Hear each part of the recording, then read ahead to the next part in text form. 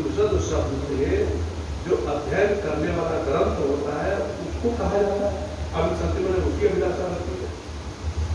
उपनिषदम अभिमहे अध्यापयाम इति च।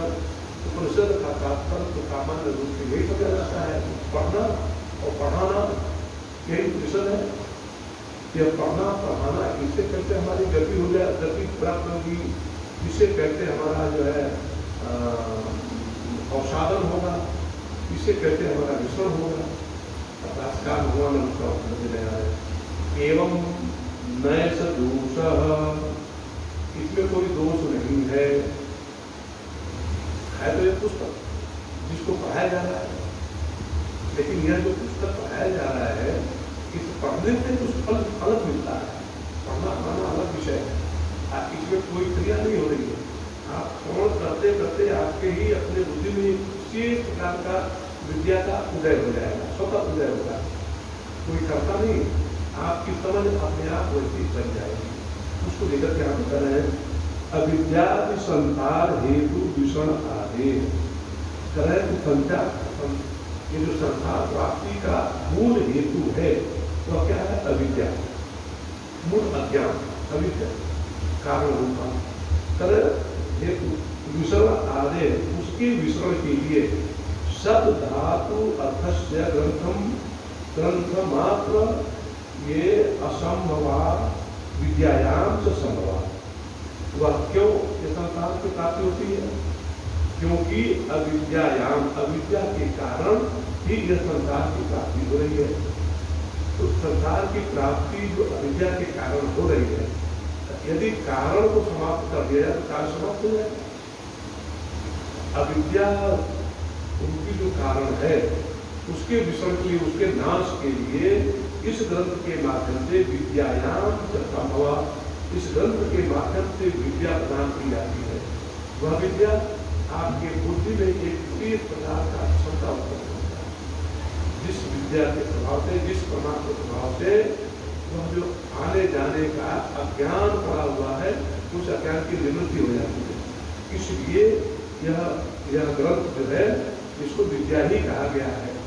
यह कोई किताब पुस्तक या ग्रंथ नहीं है। ग्रंथ क्या तादर्थेन तद शब्द है, और ग्रंथ का भी यह ग्रंथ भी उस शब्द की उत्पत्ति करता है, उस ज्ञान, उस विद्या की उत्पत्ति करता है। इसे इस ग्रंथ को विद्या ही कर दिया गया, विद्या का साधन होने से विद्या कर दिया गया। ऐसा कैसे कर सकता, देखो दृष्टांत देखो संसार में, आयुर्वेद इत्यादि संसार में घी जो है, ऐसा माना जाता है कि घी जो है मनुष्य के आयु को बढ़ाने वाला होता है।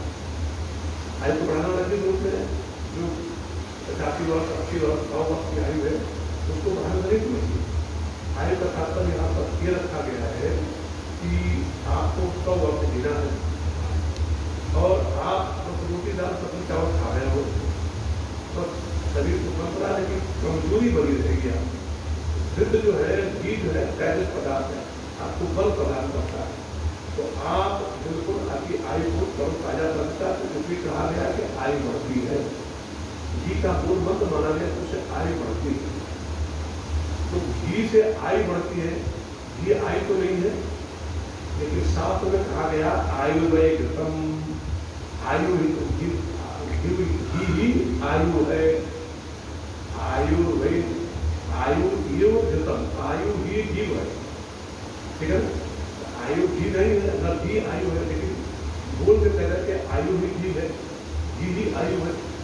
इसी तरह से इसके द्वारा उत्पन्न जो विद्या है उससे अवसाधन होता है, गति होती है और विसरण होता है, इसलिए इसको विद्या कहा गया। तो उपनिषद का समझा दिया गया। अब भगवान भाष्यकार आगे कहते हैं, तस्माद् विद्यायाम मुख्या वृत्ति उपनिषद शब्दों वर्तते ग्रंथे पूर्वक्षेपी। इसलिए इस ग्रंथ में मुख्य रूप से विद्या का ही प्रयोग किया गया है।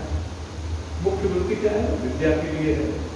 अगौण प्रवृत्ति से इसका नाम ग्रंथ समझ सकते हैं कि ग्रंथ है, एक गौण प्रवृत्ति है।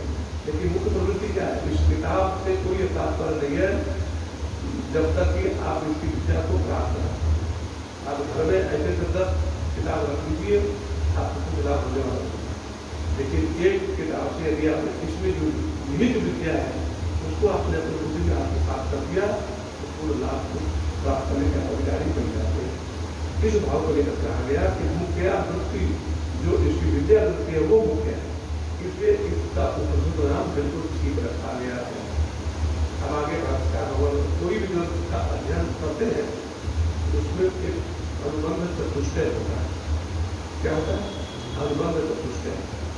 इसमें चार है: अधिकारी, विषय, प्रयोजन, संबंध। ठीक है? अगर इसकी जो मैंने व्याख्या किया, अधिकारी की व्याख्या कर दिया मैंने, क्योंकि अधिकारी कौन है? मुमुक्षु। जो मुमुक्षु है वही अधिकारी है। और वो कैसे बनता है अब उसका भी वर्णन कर दिया। जो विषण है, गति है और साधन है, ये बता दिया उन्होंने।